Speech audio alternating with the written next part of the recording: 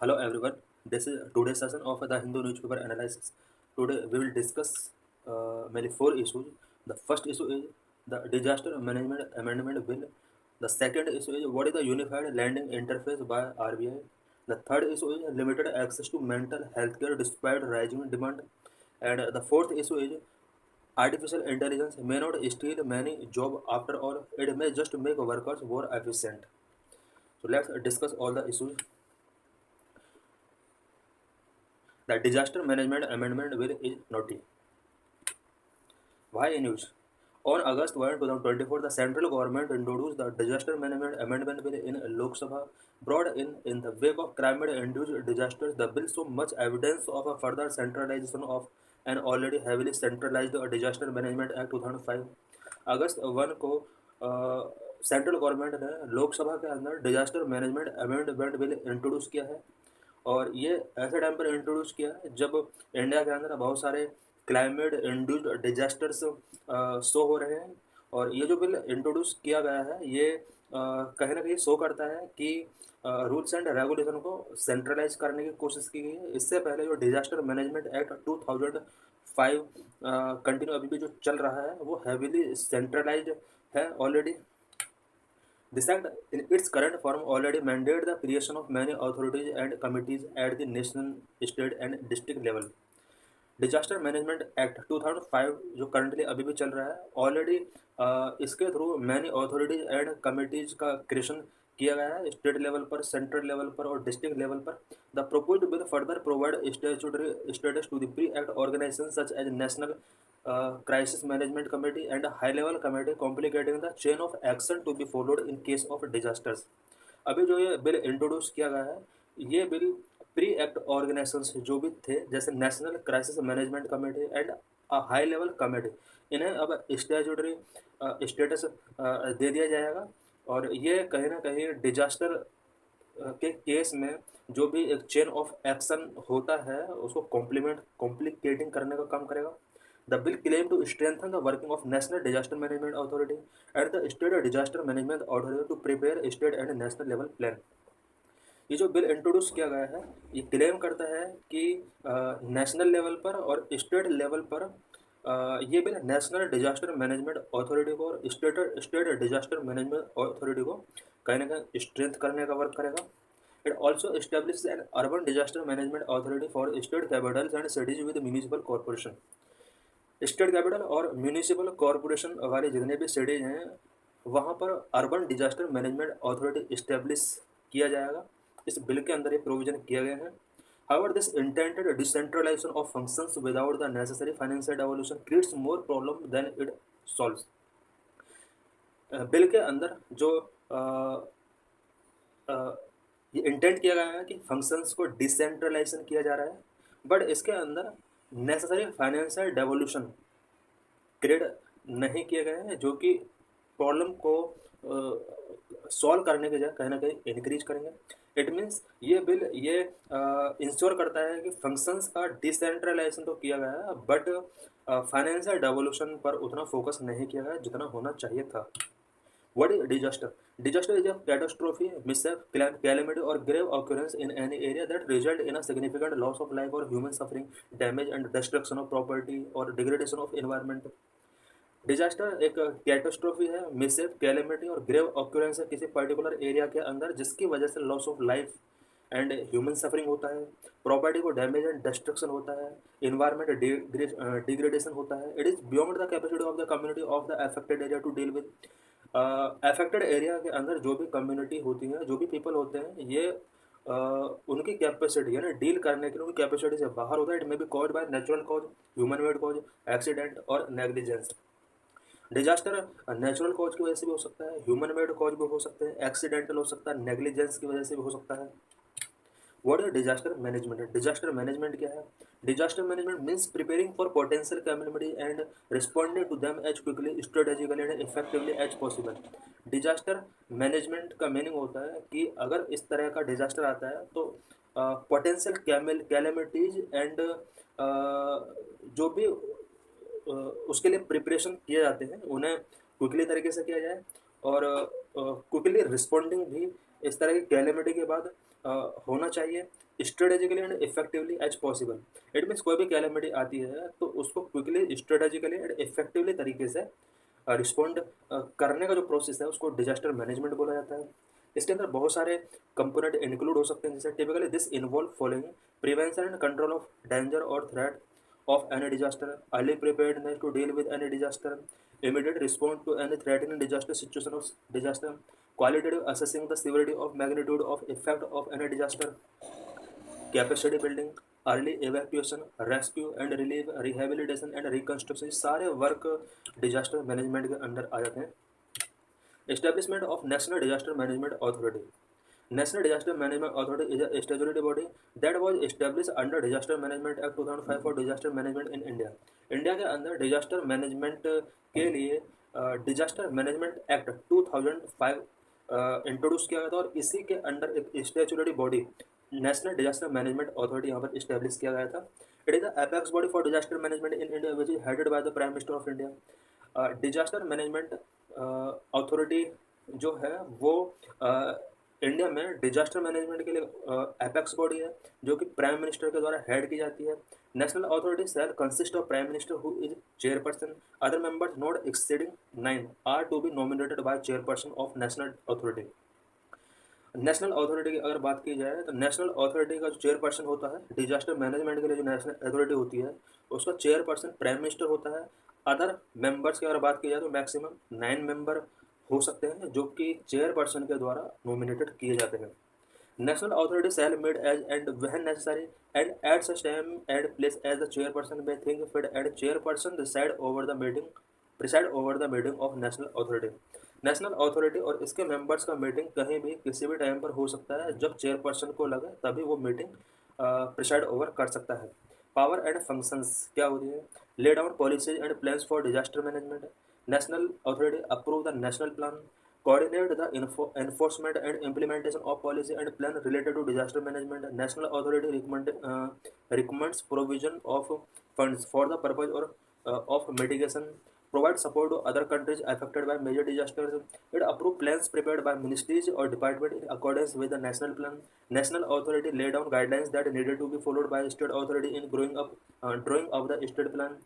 It lay down guidelines to be followed by different ministries or department of the government for purpose of integrating the measures for the prevention of disaster.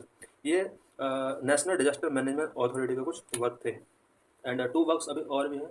Laying down broad policies and guidelines for the functioning of national institute for disaster management, taking such other measures for the prevention of disaster or mitigating or preparedness and capacity building for dealing with the threatening disaster situation or disaster. State Disaster Management Authority. In India, every state government established a state disaster management authority for the state. India के अंदर every state के अंदर state disaster management authority होता है। The state authority consist chief minister as ex officio chairperson, other members not exceeding 8 to be nominated by chairperson of the state authority. State authority की अगर बात की जाए तो उसका चेयरपर्सन जो होता है वो चीफ मिनिस्टर होता है, ये एज एक्स ऑफिसो चेयरपर्सन होता है। अदर मेंबर्स की अगर बात की जाए तो नॉट एक्सीडिंग 8 मेंबर से ज़्यादा अदर पर्सन नहीं हो सकते जो कि चेयरपर्सन के द्वारा अपॉइंट किए जाते हैं, नॉमिनेशन इनका किया जाता है। Power and functions of state authority. State disaster authority के क्या क्या पावर क्या क्या फंक्शंस होते हैं? Laying down policies and plans for disaster management in state. State के अंदर डिजास्टर मैनेजमेंट के लिए policies and plan lay down किया जाता है। It lay down the state disaster management policy. It approve the state plan in accordance with the guidelines laid down by the national authority. State authority approve the disaster management plan prepared by government of state.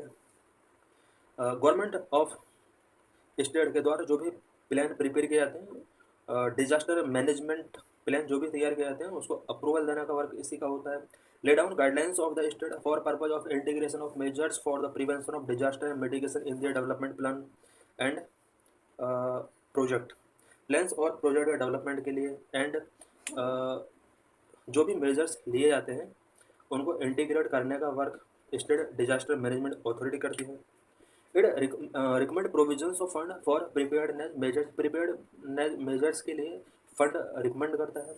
Review the measures being taken for mitigation capacity building and preparedness by the government of the state and issue such guidelines as may be necessary.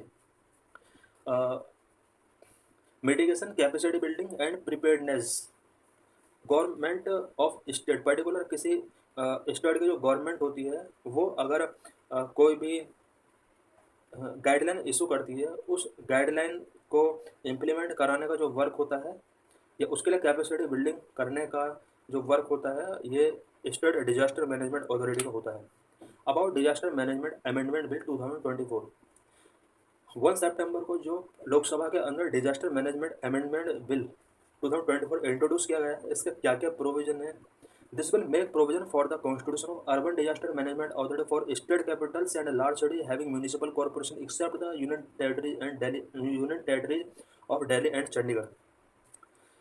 ये जो bill introduce किया गया है, इस bill के अंदर ही urban disaster management authority का provision किया गया है, स्पेशली स्टेट कैपिटल के अंदर और कोई भी ऐसा सिटी जिसमें म्यूनिसिपल कॉर्पोरेशन है, उन सिटीज और कैपिटल के अंदर अर्बन डिजास्टर मैनेजमेंट अथॉरिटी अब इस्टेब्लिश किया जाएगा। स्पेशली 2 यूटीज को छोड़कर, दिल्ली एंड चंडीगढ़ को छोड़कर सभी सिटीज के अंदर urban disaster management authority constitute किया जाएगा।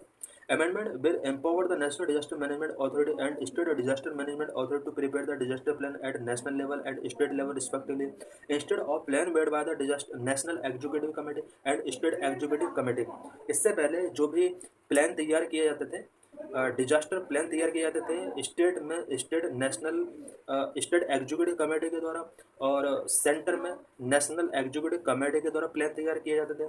बट इस बिल के अंदर ये प्रोविजन किया गया है कि अब डिजास्टर प्लान प्रिपेयर करने की जो पावर है, सेंटर में नेशनल डिजास्टर मैनेजमेंट अथॉरिटी को और स्टेट में स्टेट डिजास्टर मैनेजमेंट अथॉरिटी को ये पावर दे दी गई है। इट मीन्स यहाँ पर नेशनल एग्जीक्यूटिव कमेटी और स्टेट एग्जीक्यूटिव कमेटी का जो प्लानिंग करने का पावर था वो अब यहाँ पर खत्म कर दिया गया है।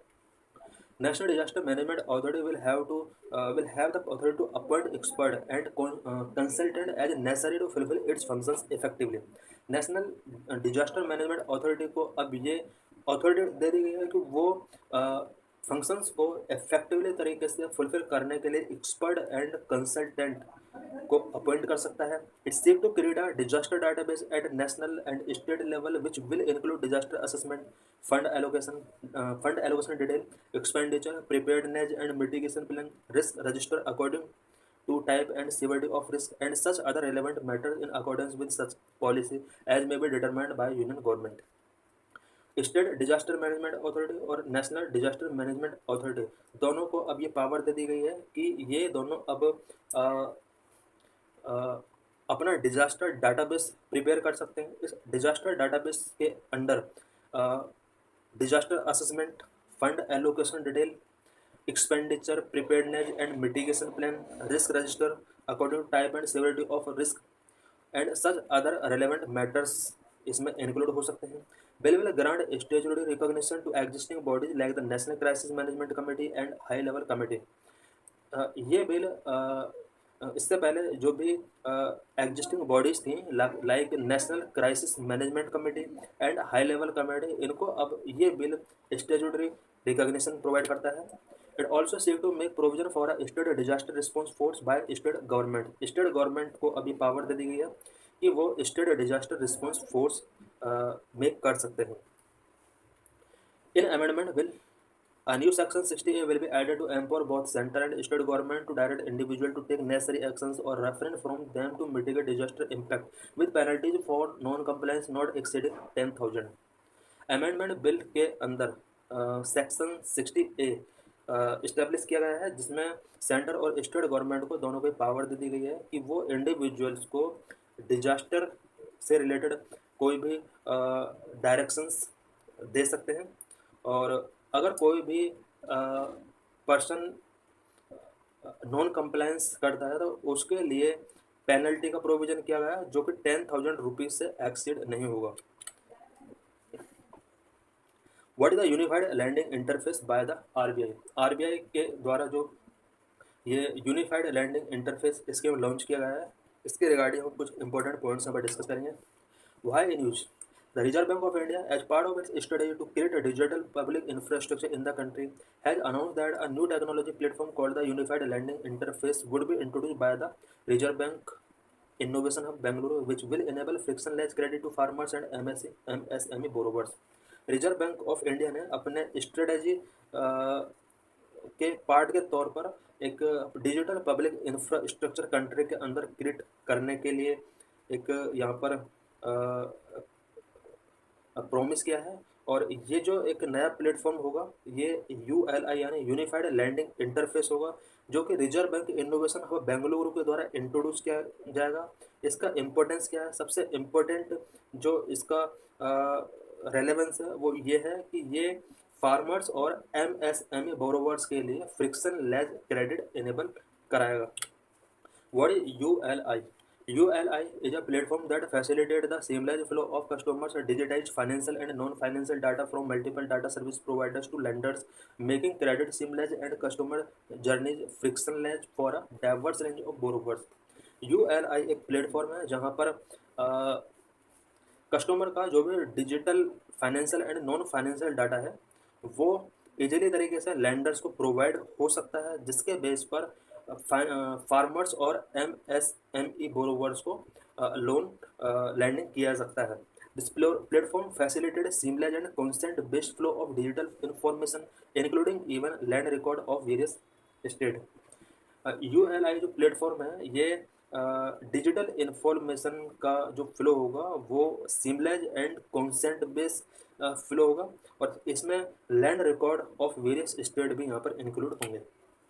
This will also bring down the time taken for credit appraisal, especially for smaller and rural borrowers without any credit history.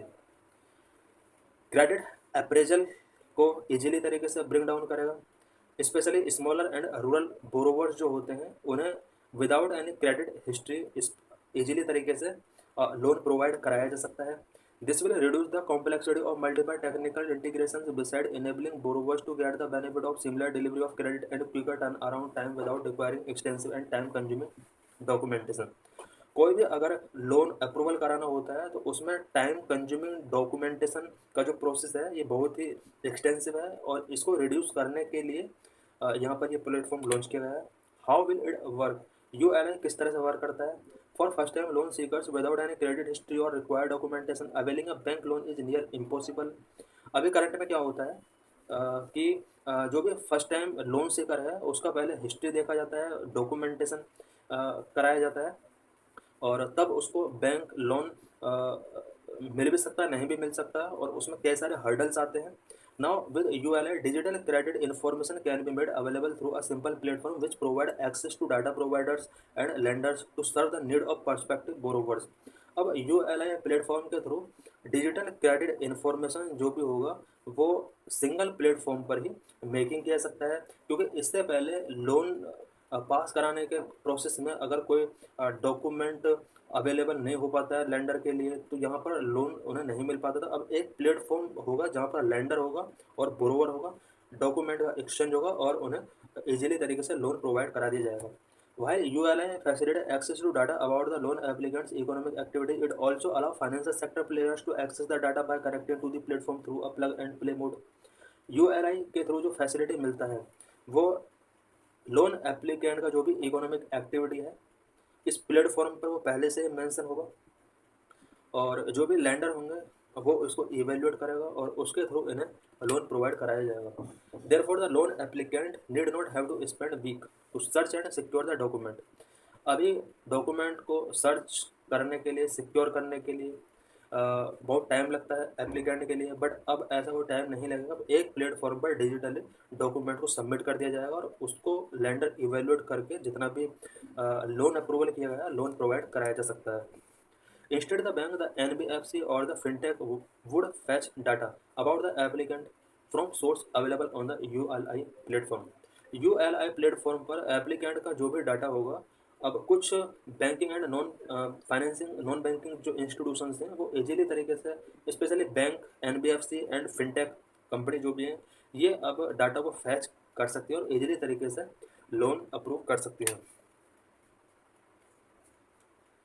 Limited access to mental health care despite rising demand. Mental health care workers की demand बहुत ज़्यादा increase हो रही है, लेकिन अभी भी इनका जो एक्सेस है वो बहुत ही लिमिटेड है। What is issue? The demand for mental health care is increasing in India thanks to shift in attitudes over the years. India में मेंटल हेल्थ केयर की डिमांड कंटिन्यू इंक्रीजिंग हो रही है। ओवर द ईयर्स इसमें जो लोगों का attitude है वो काफ़ी हद तक चेंज भी हुआ है।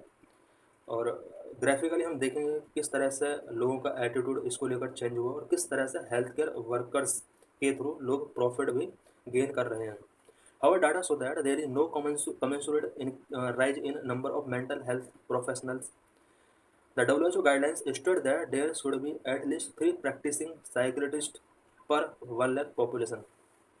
डाटा ये शो करता है कि मेंटल हेल्थ प्रोफेशनल जितना होना चाहिए था कंट्री के अंदर उतना नहीं है।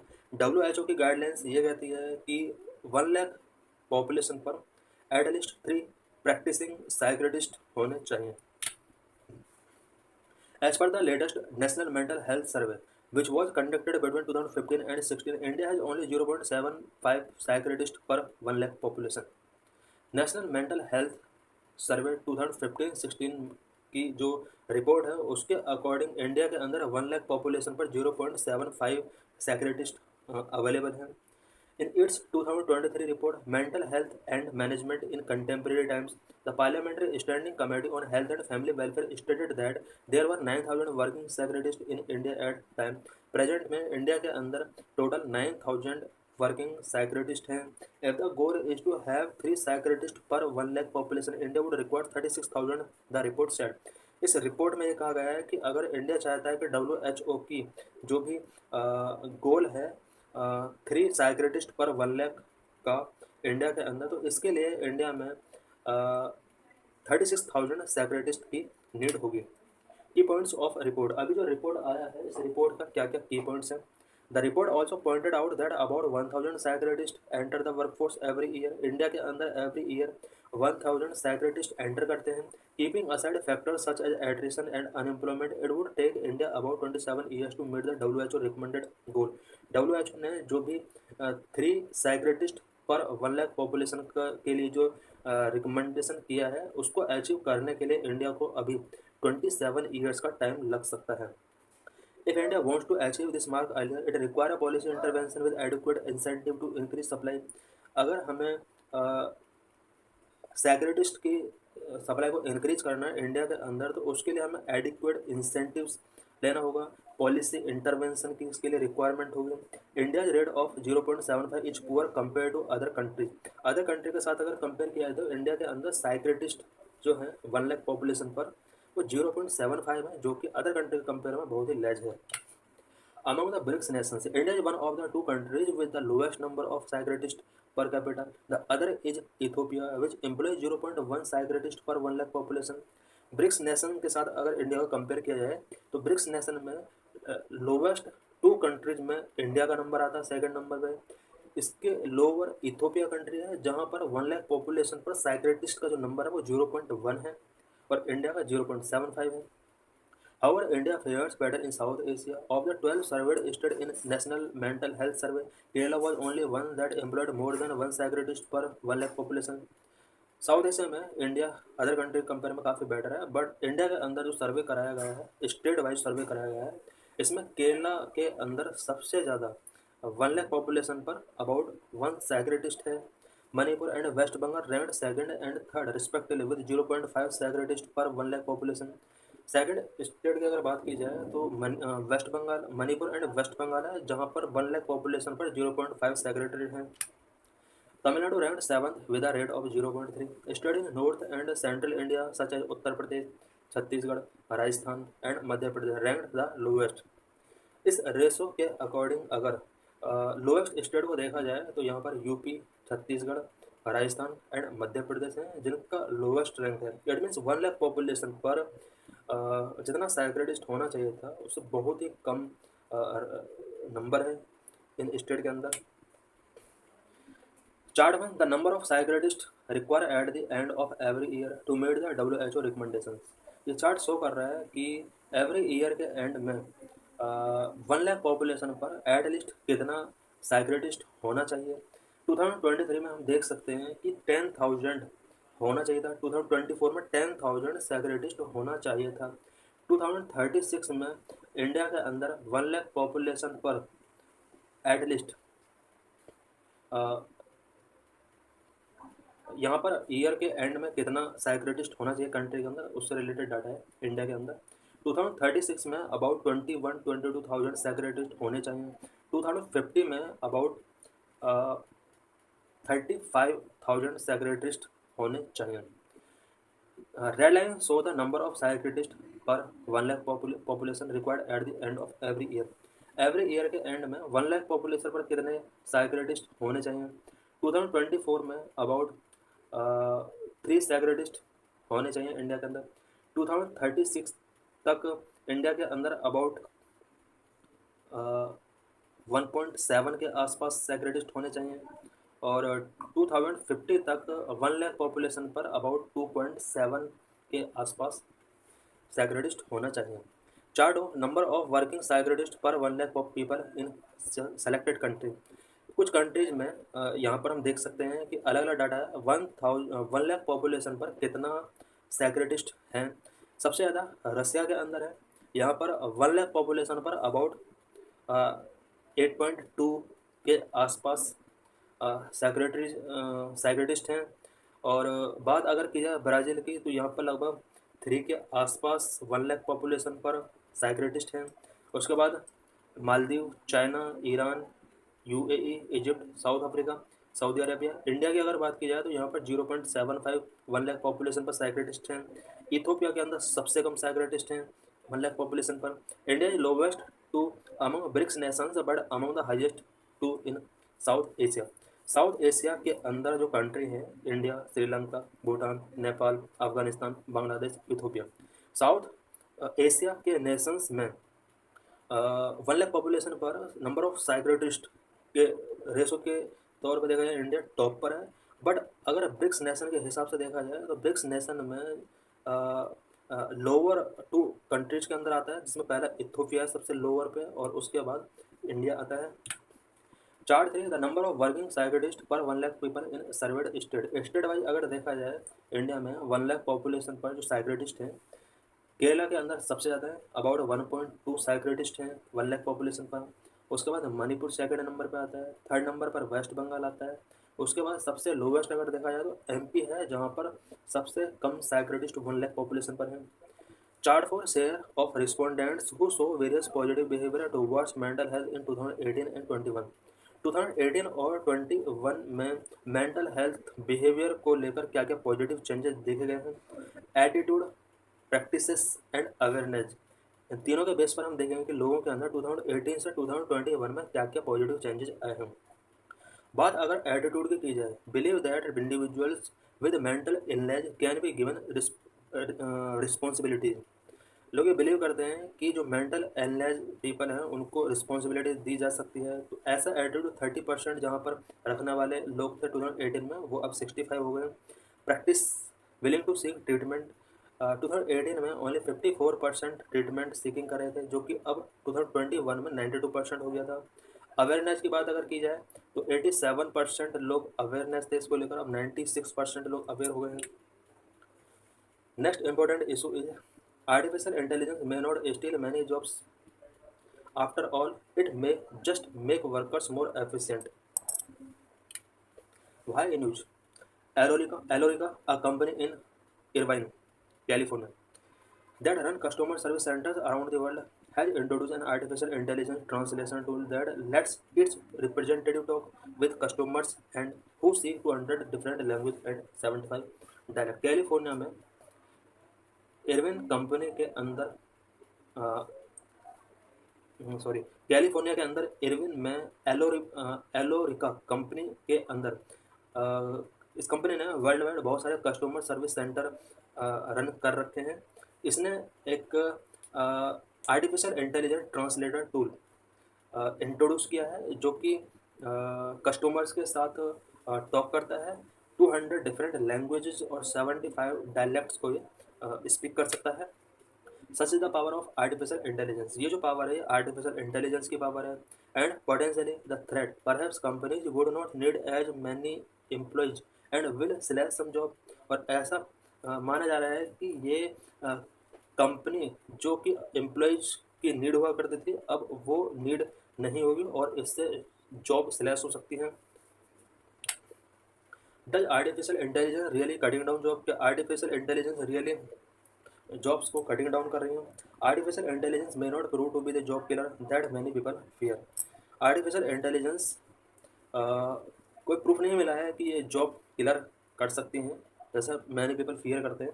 Instead the technology may turn out to be more like breakthrough of past the steam engine, electricity, internet that is eliminate some job while creating others।